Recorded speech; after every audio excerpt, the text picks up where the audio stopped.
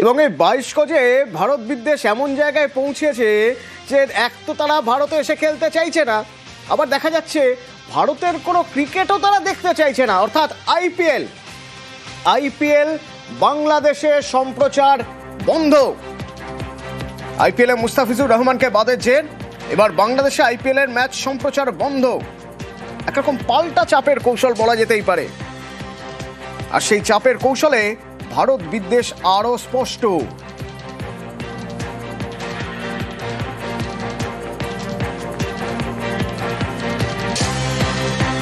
খবর দিল্লি থেকেই, জেলেই থাকতে হবে উমর খালিদ, শারজিল আলমকে। অর্থাৎ তাদের জামিন হলো না। সুপ্রিম কোর্ট খারিজ করে দিল উমর খালিদের জামিন।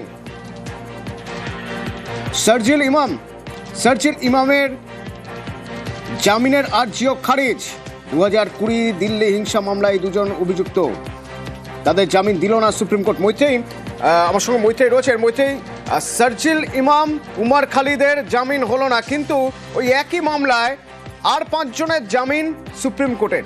কি ব্যাখ্যা সেখানে সুপ্রিম কোর্টের? একেবারেই দেখো, আজকে সর্বোচ্চ আদালতের তরফ থেকে জাস্টিস কুমারের বেঞ্চ এই মামলার রায় ঘোষণা করে এবং সেখানেই তারা জানিয়ে দেন যে বৃহত্তর ষড়যন্ত্রের জন্য অভিযুক্ত যারা আজকে তাদের রায়ে তারা একেবারে পার্থক্য করেছেন দুজন ব্যক্তি, শারজিল ইমাম এবং উমর খালিদকে, যারা এই দিল্লির যে দাঙ্গার ঘটনায় তারা বৃহত্তর ষড়যন্ত্রের সঙ্গে যুক্ত ছিল। সেই বিষয়টিকে তারা এস্টাবলিশ করেন এবং তাদের বক্তব্য যে বাকি 5 জন, অর্থাৎ যার মধ্যে গুলফিশা ফাতিমা রয়েছেন, মীরা হায়দার রয়েছেন, সাফিয়াউর রহমান রয়েছেন, মোহাম্মদ সালিম খান রয়েছেন এবং সাদাব আহমেদ রয়েছেন, এই 5 জনকে যদিও জামিন দেওয়া হয়েছে তার কারণ তারা সরাসরি ভাবে এই যে বৃহত্তর কনস্পিরেসি, সেই বৃহত্তর কনস্পিরেসিতে তারা যুক্ত ছিলেন না।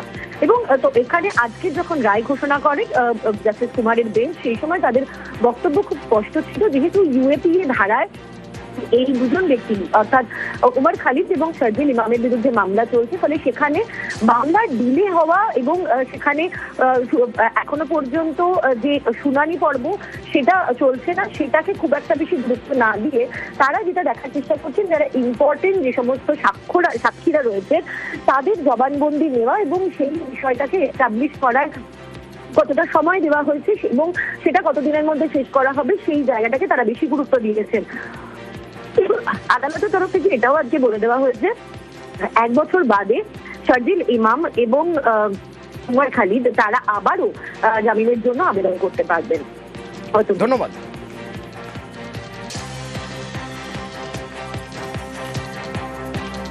पांच लोगों को 7 में से बेल दी है सुप्रीम कोर्ट ने 5.5 साल के बाद। अब हमें उम्मीद है कि ट्रायल कोर्ट इनको जल्दी से जल्दी रिलीज ऑर्डर कर देगा बेल जेल से।